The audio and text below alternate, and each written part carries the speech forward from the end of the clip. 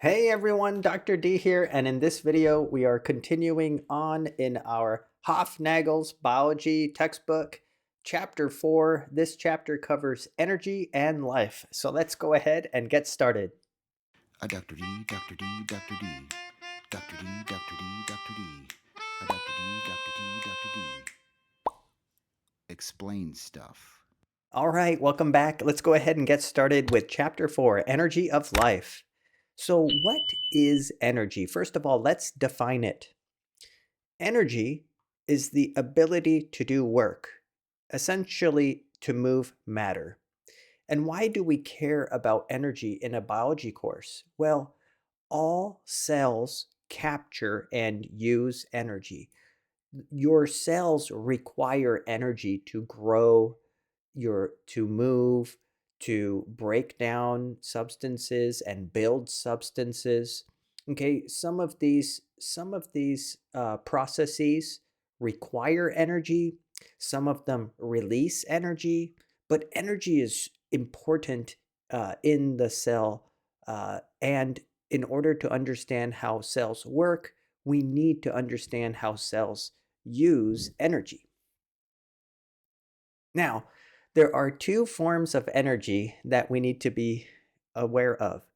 There are what's known as kinetic energy. This is the energy of motion or movement. So when you think kinetic energy, think of movement. Think of anything that's moving. Conversely, we have potential energy. Potential energy is a stored energy that is available to do work. So, what does that mean, a stored energy? Let me give you a couple of examples. Here's a type of potential energy. You see, the bicyclist on the hilltop has what's known as high potential energy. Even if he's not moving, even if he's hanging out on top of this hill, this biker is known to have high potential energy. And this is because you could convert that into kinetic energy. You could coast down the hill, releasing that potential energy as kinetic energy. Same thing if I hold something up here. If I'm holding an object up here, it's said to have high potential energy. If I place it down here, it has lower potential energy. Why? Because if I'm holding it up here, it can convert that potential energy to kinetic energy. Did you see that? So potential energy can be based on location, right? Like I showed you, if it's up here, high potential energy. If it's down here, lower potential energy. Okay. But not only can potential energy be based on location, it can also be based on structure. Let me show you that next. Look at this example here of this coiled spring. So you have a coiled up spring, and believe it or not, this coiled up spring is an example of high potential energy. Because why? Because if you were to unleash that potential energy and let the spring open up, it would release that uh, potential energy as kinetic energy. Isn't that neat? So, what should you understand? You should understand that potential energy has two main forms, either based on its location, like up on a hill versus down the hill, or based on its structure, meaning look at this coiled up spring versus a released spring. Does that make sense? So, again, there are two forms of energy, kinetic and potential. Kinetic energy is simply energy based on motion or movements, whereas potential energy is a type of stored energy based on location or structure. And did you know that chemical energy is a form of potential energy? So take a look at this. This is a glucose molecule. This little structure here, this hexagonal structure, represents glucose, a 6-carbon sugar. And have you ever heard that sugars have high energy? These are energy molecules. Well, this is a energy molecule because it has potential energy based on its bonds. Now, let me ask you this. Hold on. Before I explain more about chemical bonds being an example of potential energy, let me see if you can beat Wicket to this answer. Okay, are you ready? If a chemical such as glucose here, if a chemical has high potential energy, do you think that the chemical's potential energy is based on its structure or its location?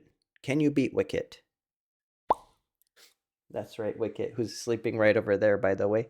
Um, Wicket said that it's based on its structure, and that makes sense. Did you know when they say a chemical is a high energy molecule, they're talking about its potential energy based on the structure of the molecules, right? Based on the structure of the bonds.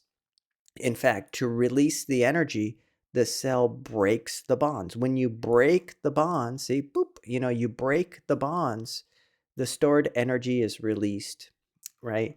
So isn't that interesting? Now you know that chemicals that have high energy like ATP, glucose, fats, octane, propane, butane, right? All of these molecules that are said to have high energy or chemical energy, it's based on potential energy based on structure. Isn't that neat? And did you know that you could convert one type of energy to another? In fact, didn't I show you an example when I held this thing up high? I said it had high potential energy based on its location. But look what happened when I let it go. Watch. It converted that potential energy to kinetic or movement energy. Isn't that neat? So look what it says here. Energy changes form within this biological system, but energy is never created nor destroyed. So look at this here. Look at the conversion of energy. Remember, energy reaches the earth in the form of sunlight, and it's those primary producers like photosynthetic plants that capture the sunlight, and then when they capture the sunlight, they convert solar energy to chemical energy by producing sugars, right? So the plant produces sugar. Essentially, what have you done? You've converted solar energy or light energy to chemical energy in the form of sugar. You see how that worked? And you also release heat. So you've converted some of that energy to heat as well. And then the deer comes along and eats the leaves of the tree and picks up this sugar from the tree. And then the deer converts that sugar or chemical energy to heat energy as well as the ability to move around, kinetic energy, and so on and so forth. Did you see that? So in thermodynamics, which is essentially what we're studying here. It's thermodynamics stands for the movement of energy or movement of heat. You should realize that energy changes forms, right? Energy can change forms all the time. However, here's an important note. Energy is never created nor destroyed. It is only transferred or converted. Does that make sense? So you cannot create energy out of thin air, and you can't destroy it and make it go away. All you can do with energy is transfer it or convert it, right? And this is known as the first law of thermodynamics, right? So we should all know the first law of thermodynamics. Now, to fully understand thermodynamics, you should know that there is also a term called entropy. Entropy refers to disorder. The disorder of a reaction is known as entropy. And I'll give you some examples of what exactly is entropy. Did you notice in this previous image here of the deer and the tree that at several points in this cycle, heat is released? Like right here, heat is released. And again, right here, heat is released. Heat itself is known as disorder as well. So heat is a great example of disorder. Why? Because heat refers to molecules that are moving around really quickly and moving all over the place, right? So That's what heat is really. It's fast-moving molecules. And so those fast-moving molecules are quite disordered. And so one thing you should understand is that heat is always an example of disorder. So heat is an example of entropy. And most of the time when energy is converted or transformed or transferred, heat is produced, right? A lot of times heat is produced. And anytime heat is produced, you have more entropy. And so because of that, they say that since heat energy is constantly being lost to the universe and heat energy is disordered, the entropy of the universe is increasing. This is known as the second law of thermodynamics. So the second law of thermodynamics states that anytime there's a energy transfer or transformation, this increases the disorder of the universe. The next concept to touch on is a concept of metabolism. Metabolism refers to all of the chemical reactions inside of a cell. You know how your cell is full of enzymes and different molecules and sugars and ATP, and there's a bunch of chemical reactions happening in your body all the time. Well, if you took all those chemical reactions and summed them up, that's metabolism. And in some of these chemical reactions, you are building things, you see, so you're taking smaller pieces like these pieces, you're putting energy in order to build something bigger. And in some of these chemical reactions, you're taking something large and you're breaking it down. And usually when you break things down, you release energy. And when you build things, you require energy. Does that make sense? And so now you understand that some chemical reactions require energy while other chemical reactions release energy. So we need terms for these reactions. Here they are. Look on the left, an endergonic reaction is a reaction that requires energy because you formed bonds to build molecules, right? So if it requires energy, it's an endergonic reaction. Conversely, if it releases energy, and usually this is by breaking down molecules, by breaking bonds, this releases energy. This is known as an exergonic reaction. And here's a couple important terms for you to understand. And these terms will help you to understand how energy is transformed or transferred inside of a cell. And these terms are oxidation and reduction. So what do these terms refer to? Oxidation means loss of an electron. So for instance, look on the left here. Here's a molecule that has some electrons. If it loses those electrons, oops, sorry,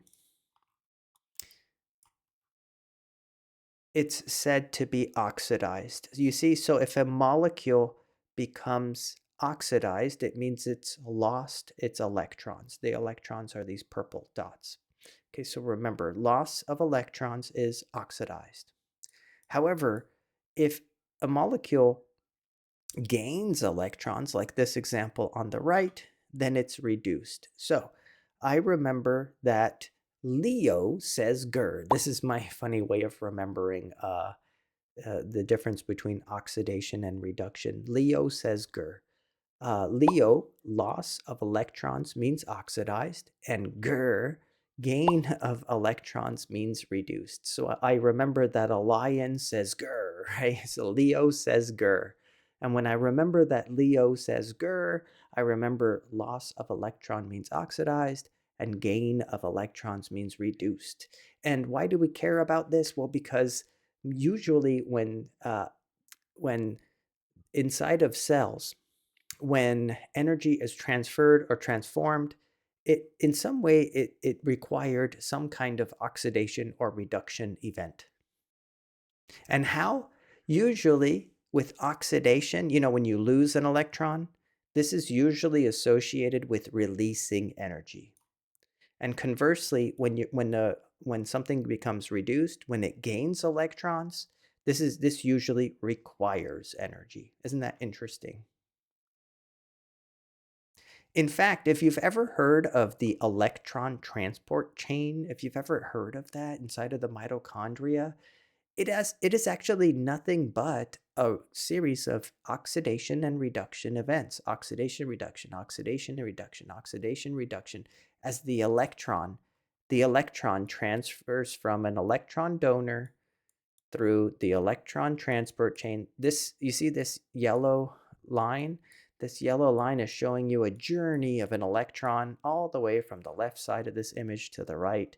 And as it moves by being passed on from, cofactor to cofactor in a series of oxidation and reduction events. And notice every time the electrons are passed off, energy is released, energy is released, energy is released. So in order to actually understand how energy works and how energy is processed inside of a cell, we need to understand the terms oxidation and reduction. All right, let's do clicker question number 2 together. In the reaction at the end of the electron transport chain, molecule X is being what and molecule Y is being what? And the answer choices are, oxidized and reduced. So let's look at the end of the electron transport chain and look at molecule X and molecule Y. Okay, so here, check this out. At the end of the electron transport chain, it looks like molecule X is this component of the electron transport chain, and molecule Y is this component of the electron transport chain. And it looks like the electrons are leaving molecule X and they are joining up with molecule Y. So what do you think is happening to molecule X? If molecule X is losing that electron, see how the electron is leaving molecule X to join up with molecule Y? Let me see if you can beat Wicket, because Wicket's always on his game, right? So Wicket, is molecule X being oxidized or reduced? That's right, Wicket. Actually, I think he woke up. That's right, Wicket. Hopefully you got it correct too. Molecule X is being oxidized. Remember, loss of electrons means oxidized. And notice how the electrons are hopping over to molecule Y. This means that molecule Y is gaining those electrons, so molecule Y is being reduced. Now, have you ever heard that inside of a cell, the mitochondria is the powerhouse of the cell? In fact, that's where that electron transport chain I just showed you, that's where that chain occurs. It's inside of the mitochondria. But did you know that the mitochondria produces an energy molecule? And this energy molecule is considered the energy currency of the cell. And this energy molecule, most of you have probably heard about it before. It's called ATP. If you haven't, don't worry, we'll talk about it. But just realize that ATP is the energy currency of the cell. And ATP is short for adenosine triphosphate. And this is the structure of ATP right here. It's essentially a nucleotide. It's a nucleotide, but instead of having one phosphate group, it has three phosphate groups. In fact, that's where the term triphosphate comes from. 1, 2, 3 phosphate groups. And this is an example, again, of a high chemical energy molecule. So let's see if you could beat Wicket. Let's see if you've been paying attention. Is ATP, so ATP is a high chemical energy molecule. So Wicket, is this because of, potential energy or kinetic energy that it's a high energy molecule? That's right, Wicket. It's because of potential energy, right? It is ATP has high energy due to potential energy. Now, let me ask a follow-up question. Is this because of ATP's location? Because remember, potential energy can be based on location, but it could also be based on structure, right? So does ATP have high energy based on its location or its structure? Can you beat Wicket? Right, as always, Wicket. Based on its structure, right? Remember, chemical energy is energy that's based on structure and potential energy that way, right? Does that make sense? And so let me explain why real quick. So it all has to do with the TP, right? So that means triphosphate, three phosphate groups. Three means tri. You have these three phosphate groups, all of which have a negative charge. You see that how these three phosphate groups all have a negative charge? You know what that means? That means they really don't want to be right next to each other. These negative charges repel. So what happens is there's a really high energy bond between these last two phosphate groups. You see what it says right here? It says that high energy covalent bond, this is the one that breaks, when energy is released from ATP. So let me show you how this works. Here you have ATP. Here it's showing you hydrolysis, right? Water breaking that terminal phosphate, that means the final phosphate group off by attacking this bond. And look, this phosphate group leaves with great force, right? And that phosphate group leaves again because those negative charges repel, and this releases a ton of energy. And this is how energy is used in the cell, right? This is why ATP is a high energy molecule. And what's left? This is known as ADP, D standing for diphosphate. In fact, that's the whole reason you eat sugar and fat in your diet, right? Have you ever heard that you need energy in your diet in the form of carbohydrates, sugars and fats? Well, it's because your mitochondria is going to use those sugars and fats in a process known as cellular respiration. So you eat that energy bar is full of sugar. Your body is going to break down that sugar. You see where it says food, it's going to break down that sugar and any fats. And by breaking those sugars and fats, your mitochondria will then produce the ATP. Remember, by doing the electron transport chain, right? So we're going to produce ATP. Isn't that neat? So by consuming sugars and fats, you're allowing your mitochondria to produce ATP via cellular respiration, and then you break down those products, right? Now, then your cells can build the things your cells wants to make. Remember, your cells want to make DNA, your cells want to make proteins, your cells want to make polysaccharides, right? So how do your cells make those things? They can make those things by using ATP energy, right? By using ATP's energy, when you break down ATP to ADP, you can build things the cell wants to build. Isn't that interesting? And you can bike around, you can move around, you can do all of these processes, right? So isn't that neat? So that's the whole reason you eat food, right?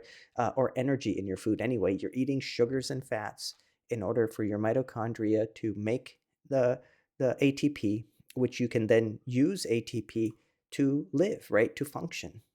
And again, did you see why? It's because every time the cell wants to do something that requires energy, it can simply break down an ATP molecule, which releases energy, and you could couple that energy with some process that requires it, right? That's where your cells get the energy they need to function.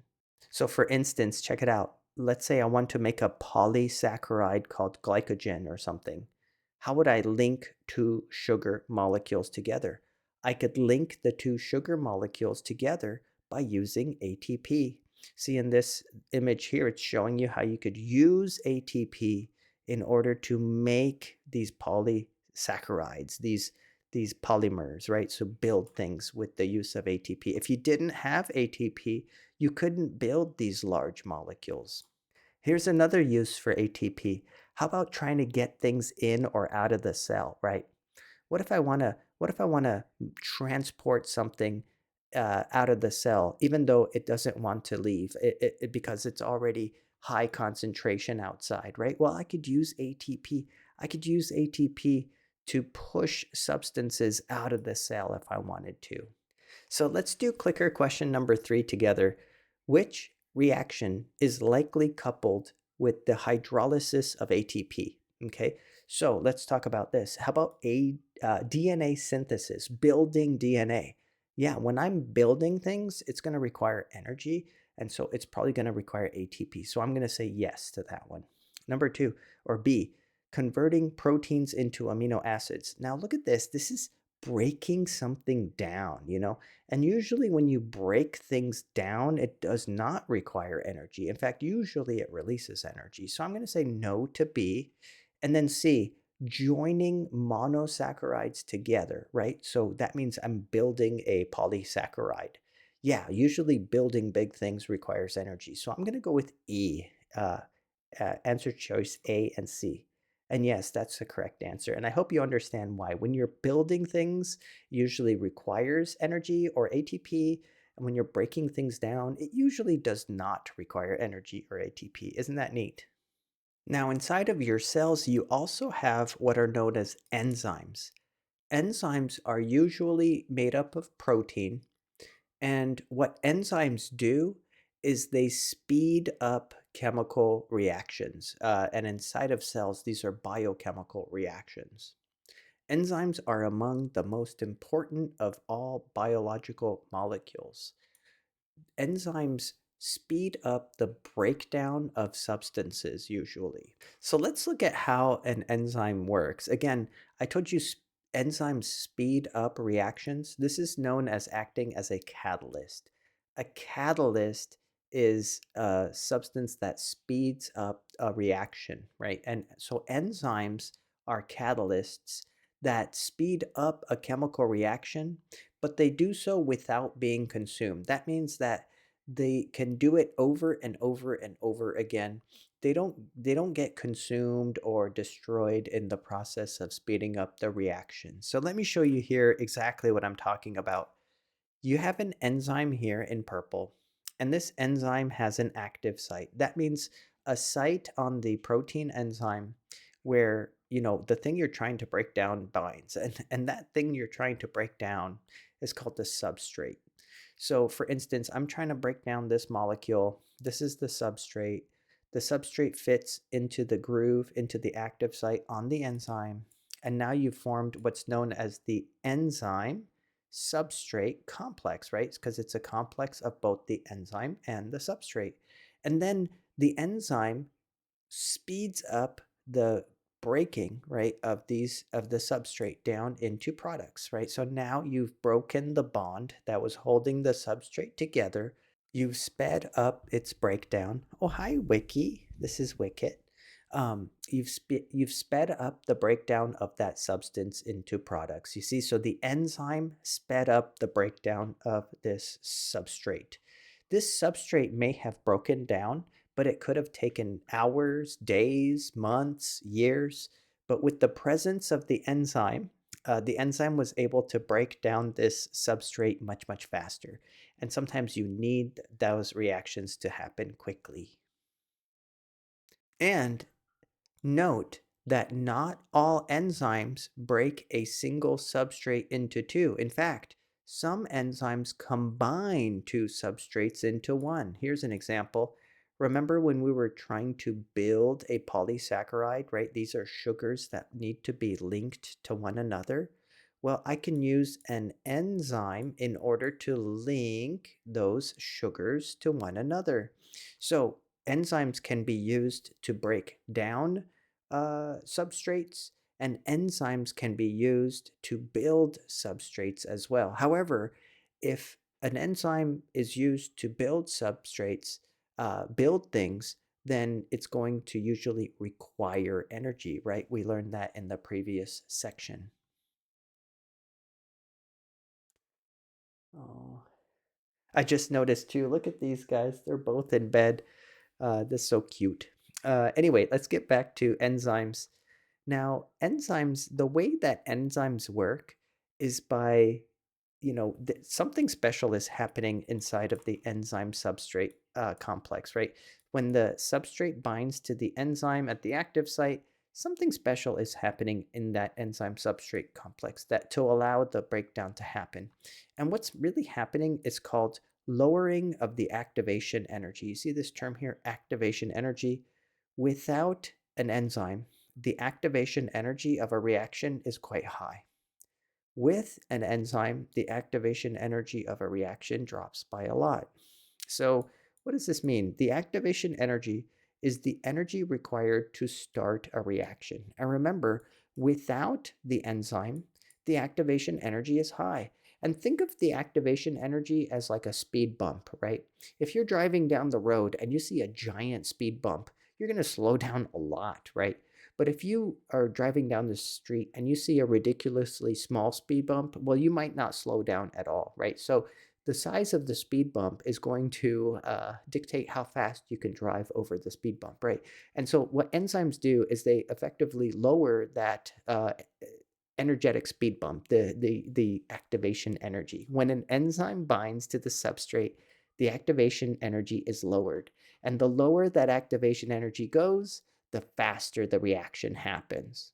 Now, what's interesting is some enzymes, they require help, and that help comes in the form of a cofactor. A cofactor is either a metal ion, so like copper or zinc or iron, or a vitamin.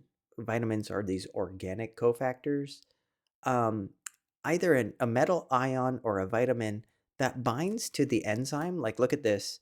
This cofactor binds to the enzyme and it allows the enzyme to function correctly. Isn't that interesting? So what you should realize is that sometimes there are certain enzymes that require a cofactor.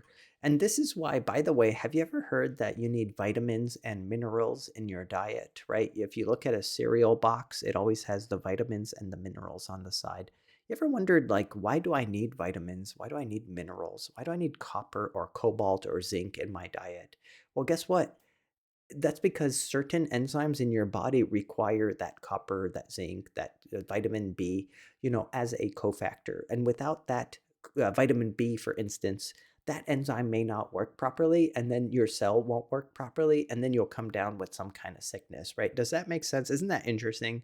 So, what you should know is that cofactors are these enzyme helpers, either metal ions or vitamins, that allow certain enzymes to work.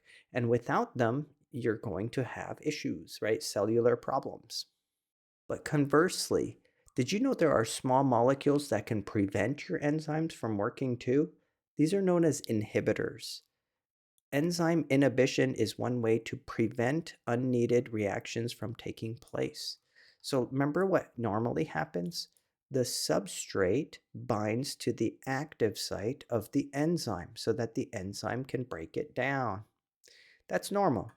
However, an inhibitor can bind to the enzyme and prevent the substrate from binding. You see how that would be inhibition? Inhibition means blocking or stopping. So an inhibitor can stop the enzyme from working, right? And it can either do so by binding to not the active site. If the inhibitor binds to something other than the active site to stop the binding, this is called a non-competitive inhibitor. If the inhibitor blocks the actual active site, you see like this one, then it's called a competitive inhibitor. So you might be wondering, why do cells make inhibitors? Because a lot of times cells themselves will make inhibitors. Well, cells can control the rate of a biochemical reaction by limiting the activity of enzymes. Sometimes they want to stop these enzymes from working because if these enzymes do too much, then they could waste a bunch of resources. Like, what if you don't want to waste a bunch of this substrate, right? And this is really neat. Sometimes the inhibitor for a metabolic pathway is the product of that pathway itself. So let me explain. Imagine if there are a series of enzymes. See here, down here, there's enzyme 1, enzyme 2, enzyme 3, enzyme 4. This is known as a metabolic pathway. Um, Enzyme 1 is converting substrate A to substrate B. Enzyme 2 is converting substrate B to substrate C. Enzyme 3 converts substrate C to substrate D. And enzyme 4 converts substrate D to some product. And this product is usually something that you need, something that the cell likes to use. However, this product can also sometimes feed back. This is called negative feedback. This product can feed back and actually serve as the inhibitor for enzyme 1. Why would it do that? Well, Sometimes when you've made sufficient amounts of product, you don't want to make any more product. You don't want to waste any more substrate. So the product itself can turn off this biochemical pathway, right? This metabolic pathway. Isn't that neat? So this is known as negative feedback. If you've ever heard of negative feedback or negative inhibition, or feedback inhibition, all of these are examples of where the product of a pathway serves as the inhibitor for the pathway. And so I'm going to let Gizmo, chimes in every so often. I'm going to let Gizmo chime in and tell you why why you would need negative feedback. Why do we need negative feedback, Gizmo? Good job, Gizmo. Gizmo's saying that negative feedback helps conserve resources, right? Once I have produced a sufficient amount of product, I don't need to waste any more substrates building any more of that particular product. And so usually in the cell will employ negative feedback or feedback inhibition in order to conserve resources, right? So you're not wasting all of your substrate A, for instance, in this image. Isn't that neat? Here's something else you should realize about enzymes. Enzymes are active within a range of temperatures. There is an optimal temperature at which an enzyme's activity is the greatest. And this is not uniform for all enzymes. So, for instance, a human, this lady right here is running around, a human, our body temperature is around 37 degrees C. So, most of our enzymes function best, are most active at 37 degrees C. However, there are some bacterium, like look at this bacterium on the right. This is a bacterium from a hot spring. It's this bacterium lives in a hot spring, and hot springs can be boiling hot. And this particular bacterium lives around, an environment that's about 75 degrees C. And so its enzymes are going to function best and be most active at around 75 degrees C. So it doesn't necessarily, it's not uniform, but different enzymes function best at a particular temperature. And if you wander outside of that temperature range, you could destroy that enzyme. Remember, that's called denaturing the enzyme. Enzymes also have optimal salt concentrations that they work in. Let's say if you place an enzyme in an environment with a super high salt concentration, this can cause the enzyme to denature as well. pH also factors in. Did you know that, if an enzyme functions best at neutral pH, then by placing it in an acidic environment or a basic environment, that could cause it to denature as well. So you should realize that enzymes have optimal temperature, salt concentration, and pH ranges at which they function most quickly. And if you wander too far outside of that particular range, you could actually cause detriment to that enzyme. You could cause the enzyme to denature. Because remember, enzymes are proteins. And do you guys remember proteins need to fold correctly in order to function correctly?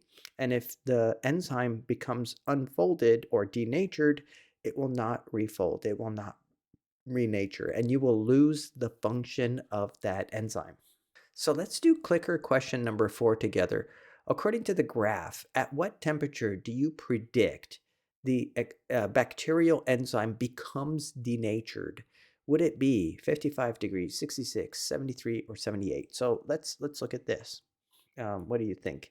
Let's look at it together. This is the optimal temperature. So 73 seems to be the optimal temperature.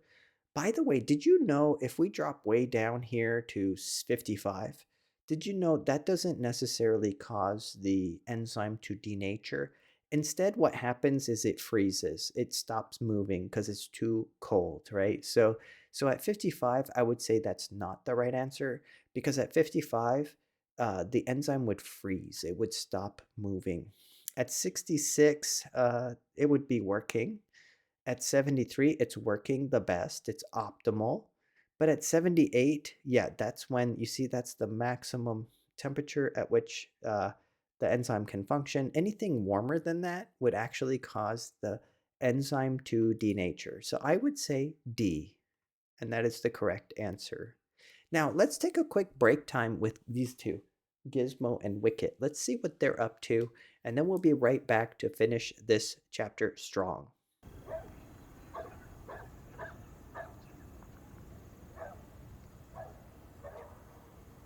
And lastly, we need to understand how energy is involved in substances entering cells and exiting cells. So we need to discuss that next. So you can see here, regulating what is inside of a cell versus outside is an example of homeostasis. Remember, maintaining ideal internal conditions. And the cell membrane is a barrier. It forms a barrier. And this is a barrier that only certain substances can pass through. So we're going to talk about how substances pass through this membrane barrier. It all has to do with concentration gradients and the chemical nature of the substance that's crossing. So for instance, what's the polarity, charge, and size of the substance that's trying to cross the cell membrane? So what does gradient mean? A gradient describes a difference between neighboring regions. For instance, the tea, this is a tea bag inside of a teacup. The tea is more highly concentrated near the tea bag than in the rest of the cup. This forms a gradient. You see, the gradient is higher near the tea bag. This is a higher gradient of tea, and followed by a lower gradient of tea. And gradients are directional.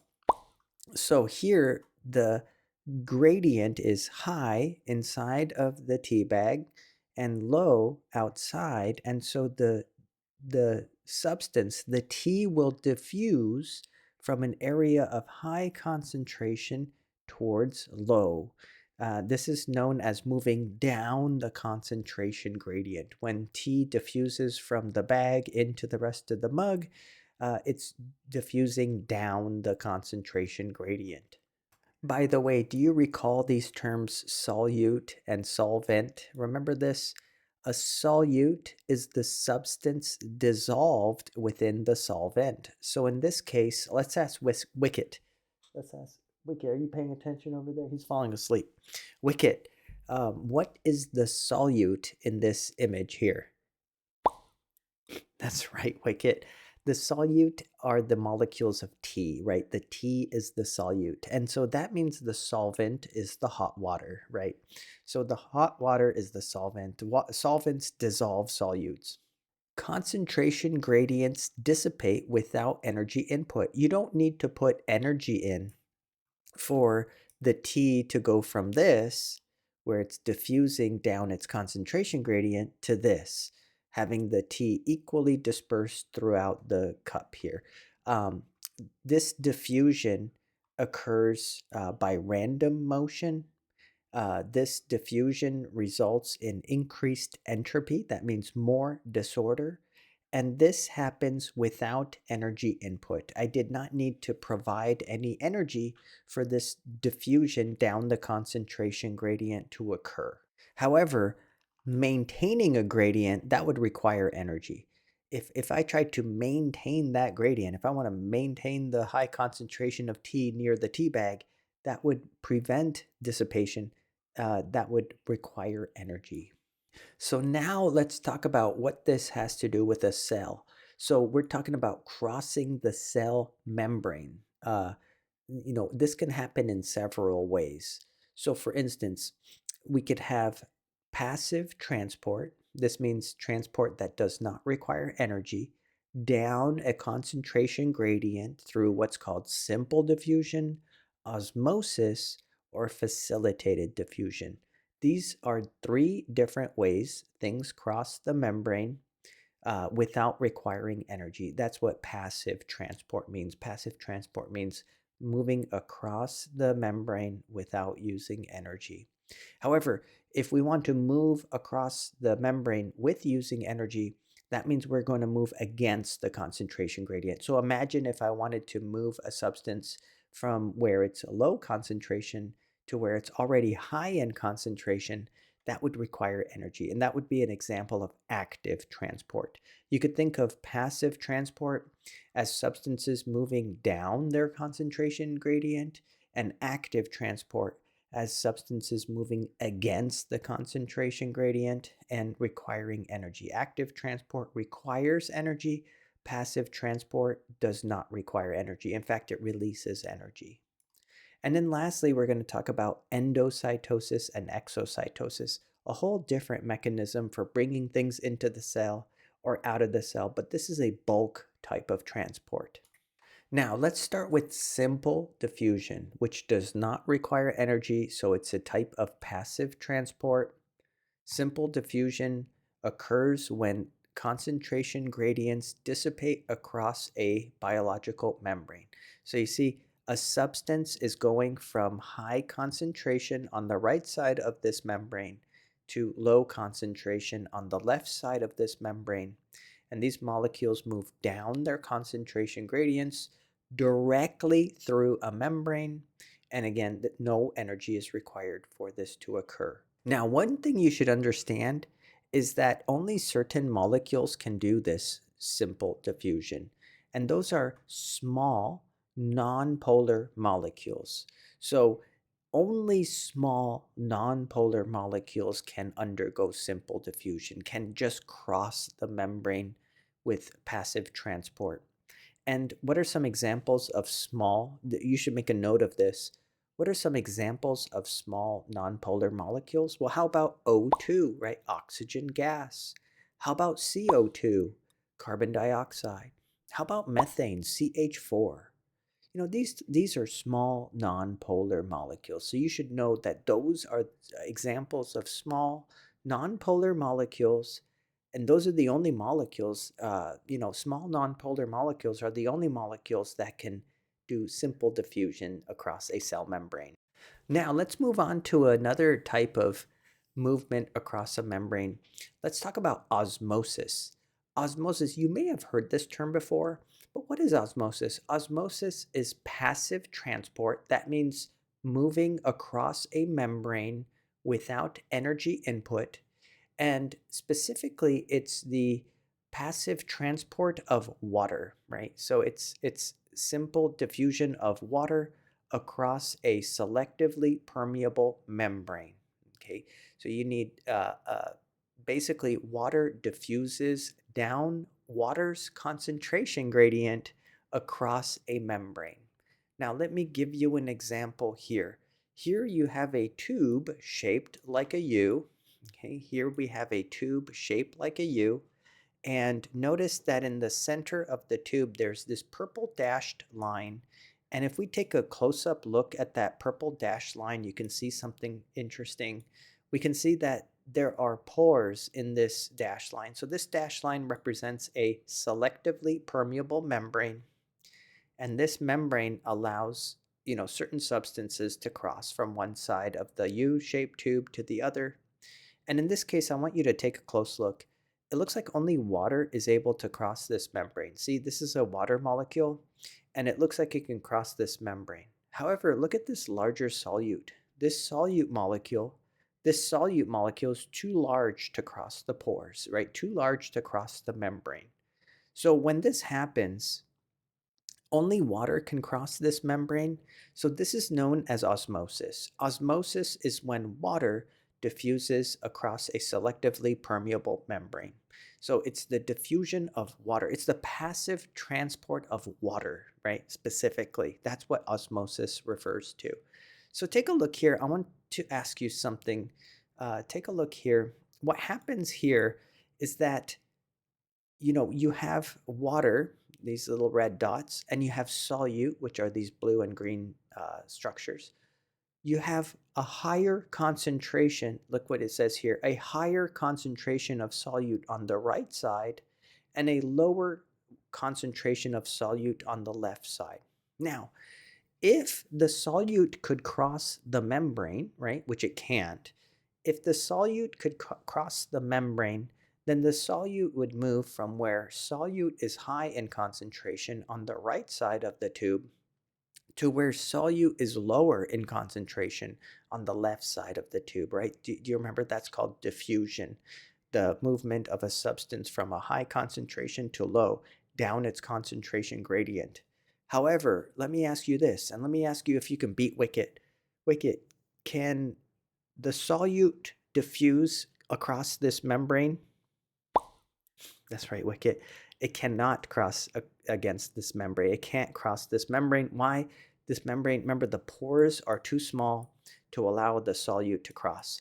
But what can cross, right? What can cross this membrane? Remember, it's the water, right? Water can still cross. But here's what I need you to understand. Water is going to cross from where water is high in concentration to where water is lower in concentration. Now, let me ask you this, and let me see if you can beat Wicket. Where is water more high in concentration? On the left side where there's less solute, or on the right side where there's more solute? Can you beat Wicket? That's right, it's always Wicket. He's a star student. The water is more concentrated on the left. That means there's a higher water concentration on the left. And if it's water that's moving, water is going to move from where water is higher in concentration on the left to where water is less concentrated on the right. And let's see if that's what happened. That's exactly what happens. Take a look. Water will move from the left to the right. There will be net water flow from the left to the right to balance out the concentration of water and solute. Isn't that interesting? And this is a prime example of osmosis. And again, remember, in osmosis, the solute is not able to cross the semi-permeable membrane. It is only the water that crosses the semi-permeable membrane, and water is going to move from where water is higher in concentration to where water is lower in concentration. And that's always going to be the opposite of where the solute would like to diffuse. And now that you know what osmosis is, did you know that osmosis can affect your cells? Let me, let me show you how that works.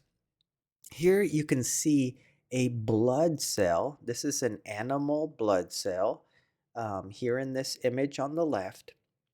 And did you know that water can enter blood cells and water can leave blood cells through special channel proteins? And the amount of water that flows in, let me actually zoom in on this. The amount of water that flows into the cell is usually equal to the amount of water that flows out. And that's because the concentration of water inside of the cell matches the concentration of water outside of the cell. This is known as an isotonic solution. Another way of thinking about this is the solute concentration. So think of salt, for instance.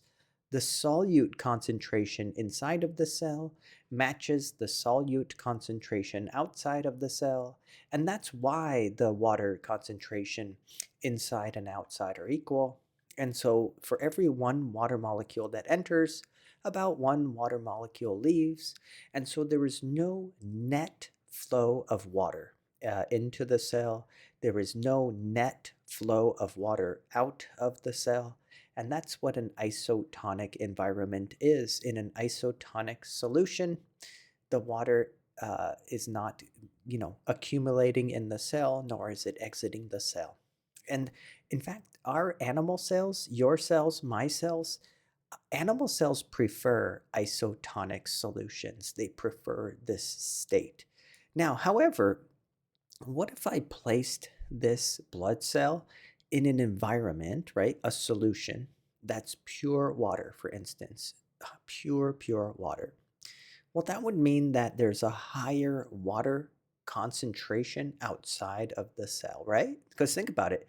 I just placed this red blood cell in an environment that's very pure water. That means low solute concentration outside in the solution, higher solute concentration inside of the cell. And that means that water will flow in. There'll be a net flow of water into the cell. And you might be wondering, well, wouldn't the solute leave the cell?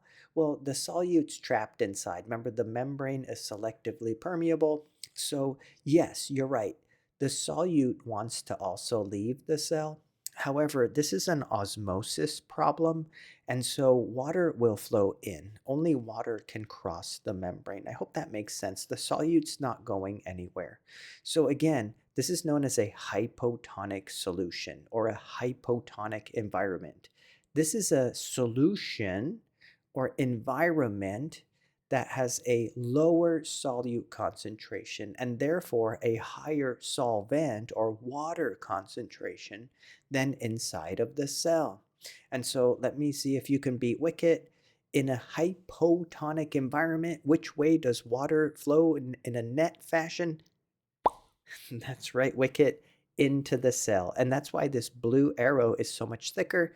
It's showing you that more water is flowing into the cell than is flowing out. And this could actually lead to lysis of the cell. It could cause the animal cell to lyse or break open in an extreme case. And here's the converse of that. Look, here is a blood cell. Notice how it's all shriveled up. So here's a normal blood cell on the left. The blood cell in the middle is all swollen up. And the blood cell on the right is shriveled up. So let's see why. So on the right, we have a shriveled up blood cell. Why? Because the blood cell was placed in a high solute environment. Let's pretend, a high salty environment, very salty environment or salty solution. This is known as a hypertonic solution, where the environment is more solute rich, right? More salty, for instance, than inside of the cell.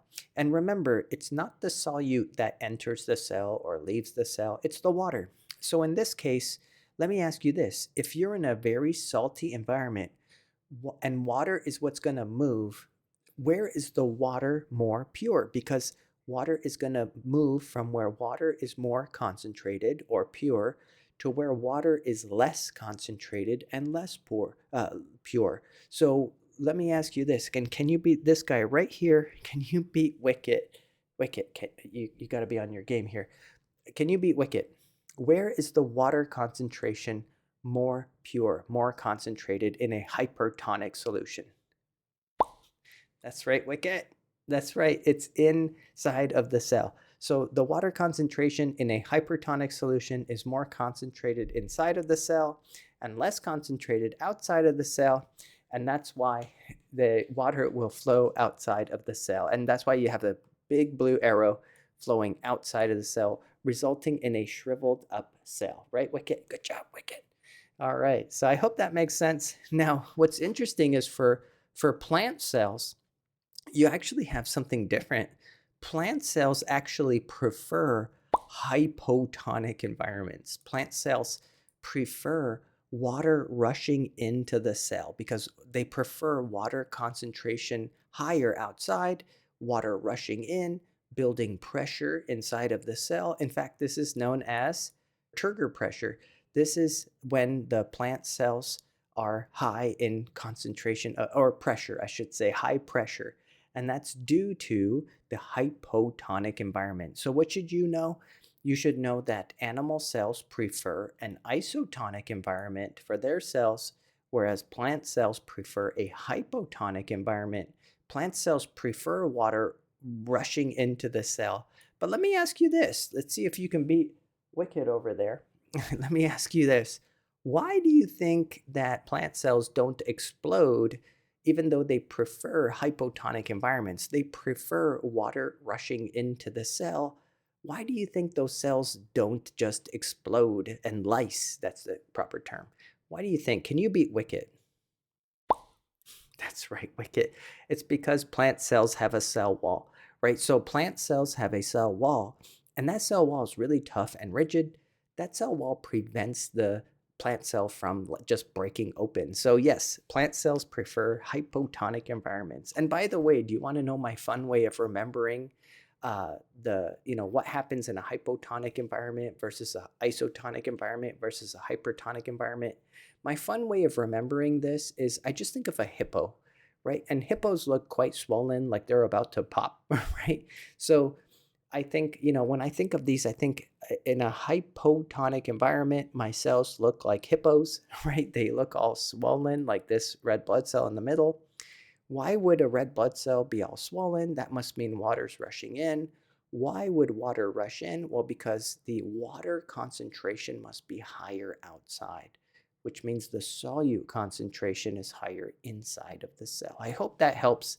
Just by remembering that hypo sounds like hippo, you can deduce the rest of these concepts from there, right? So I hope that helps you. Next, do you remember how I said that substances can cross the membrane directly and diffuse down their concentration directly across a membrane? And can you beat Wicket? What property did those substances need to cross the membrane down their concentration gradient? Do you remember? That's right, Wicket. It was small nonpolar molecules, right? Only small nonpolar molecules such as O2 gas, CO2 gas, CH4 gas, right? These small nonpolar molecules are the only molecules that undergo what's known as simple diffusion across the membrane down their concentration gradient, a type of passive transport. Do you remember that? But what if I have polar molecules, right? Like, look at these little dots. What if these are polar molecules with polar charges? Or what if these are even ions, right? What if these are like sodium ion, Na plus, or chloride, which is Cl minus? Can they cross the membrane directly? Can you beat Wicket? Can polar molecules and ions cross the membrane directly via simple diffusion? That's right, Wicket. They cannot. So, what if the cell wants some polar molecule, something that's polar or something that's charged? How would those substances get in or out of the cell? And the answer is there are these proteins. Look, there are these proteins that live in the membranes of your cells. And these proteins form a kind of like a donut hole, they form a pore. This is known as a channel protein, a channel. And these substances, if they are polar or charged, they can move through that hole in the center of this channel protein. Isn't that neat? Because that would allow polar molecules or charged substances to cross. And so this channel serves as a facilitator for the diffusion, for substances to move from high concentration to low. That's what diffusion means, right?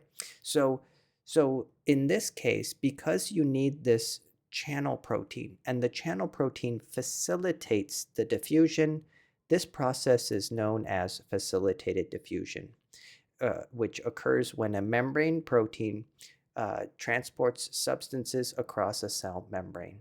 And remember, these substances are polar or charged, right? Ions and polar molecules require facilitated diffusion, which again is a type of passive transport.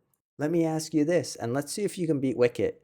Would you need a transport protein? Would you need one of these channel proteins in order to allow uh, small nonpolar molecules like oxygen gas to cross?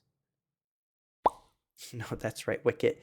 You wouldn't need a channel protein. You wouldn't need facilitated diffusion for small nonpolar molecules because they would just cross the membrane directly. Now let me ask you this. What if I wanted to move a substance like this dot, right? This substance here. What if I wanted to move it outside of the cell, but there's already a really high concentration of that substance outside? Would that be diffusion? Would this substance be moving down its concentration gradient, or would this substance be moving across its concentration gradient or against its concentration gradient? I'll let you think about that and see if you can beat Wicket. That's right, Wicket.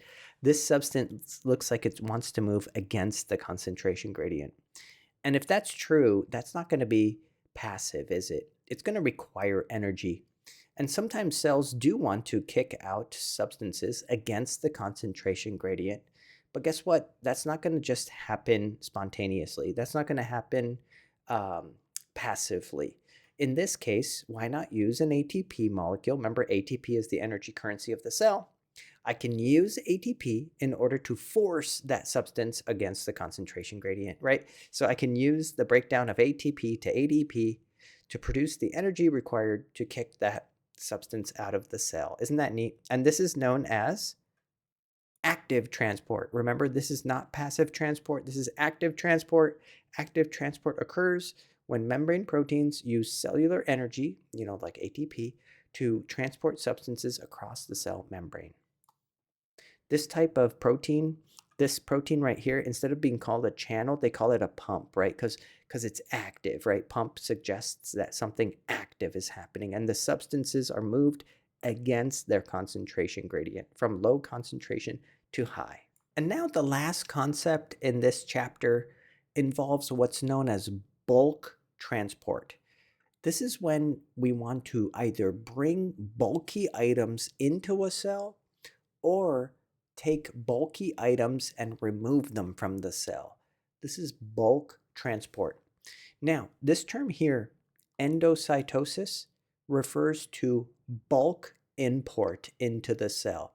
And the way this works is cells form vesicles. Remember, vesicles are little phospholipid bilayer balls as they engulf fluids and large molecules to bring them into the cell. Substances can be moved down their concentration gradients this way. So let me show you an example of endocytosis. You see, here is a cell, and it wants to bring a bunch of this solute into the cell. See, a bunch of this stuff wants to come into the cell. So what happens is the cell membrane, you see here, the cell membrane invaginates, it moves inwards, and it forms a little vesicle which pops right off. It pops off, and now you have this vesicle which used to be the plasma membrane, part of the plasma membrane, and it is full of the substance that you brought in. That's a prime example of endocytosis. Again, step one, let's take a look at step one of endocytosis. A small portion of the cell membrane buds inwards, entrapping particles. See, these particles want to come in.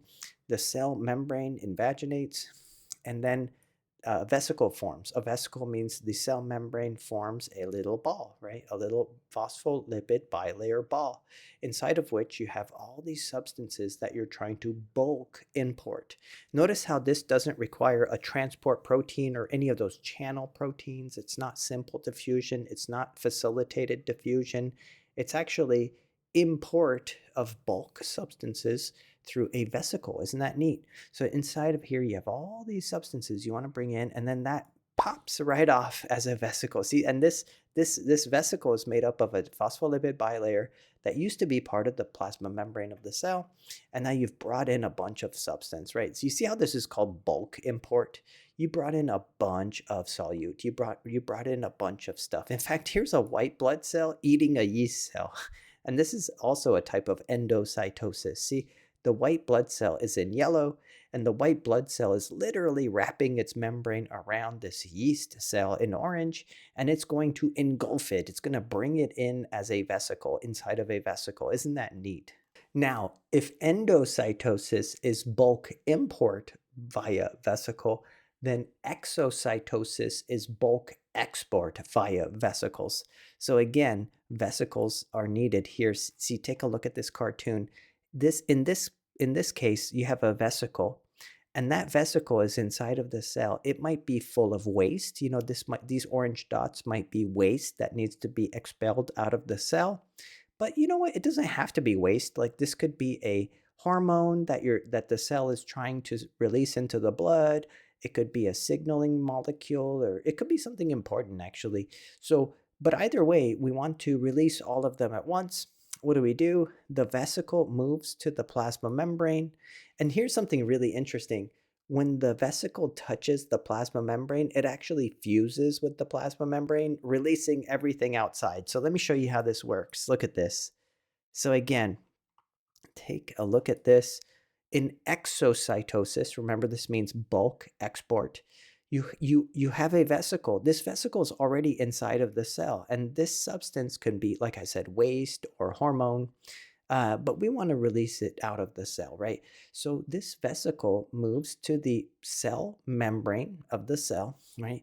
And then it fuses. See, it's almost like soap bubbles fusing into one, right? The vesicle fuses with the plasma membrane, and then it releases everything inside. Isn't that neat? That's how exocytosis works, bulk export. And yes, in case you're wondering, endocytosis and exocytosis require ATP. They don't just happen passively. So let's do clicker question number 6 to wrap up this chapter, a really interesting chapter. Clicker question number 6.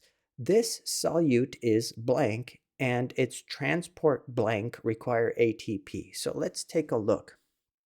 So let's see.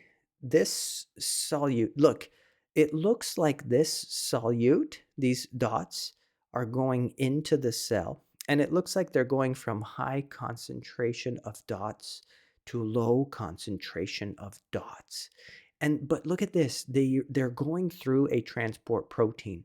So if these dots need a transport protein, are these dots polar molecules or non-polar molecules? Let's see if you can beat the man himself, Wicket. Let's see if you can beat him. Polar or non-polar molecules require a channel protein, a transport protein. That's right, Wicket. Polar molecules do. Remember, non-polar molecules, they'll just go directly through the membrane. They're not going to need a channel protein, right? So the answer has to be A or B, okay? Now, you see the arrow? The arrow's going from high concentration of dots to low. Is that going to require ATP or not require ATP? Is that going to be active transport or is that going to be passive transport? Can you beat Wicket? That's right, Wicket. It does not require ATP, does it? Because these dots are moving down their concentration gradient. So if Wicket's right, then A should be the right answer. Let's see if that's correct. A is the right answer, you guys. So that leads us to the end of the chapter. It is a challenging chapter. I admit this is a challenging chapter. You may need to listen to the lecture again. You may need to delve a little bit into your textbook because some of these concepts are a little bit abstract and make you think a little bit. So don't feel bad if you don't fully understand it at this point. What I would recommend is go over it a few more times from the book. But I hope I hope you took away a lot from my explanation. And as always, please leave any comments or questions in the comment box below. Feel free to like and subscribe too. That really helps out the channel. And I will catch you guys next time. Dr. D, Dr. D, Dr. D. Dr. D, Dr. D, Dr. D. Dr. D, Dr. D, Dr.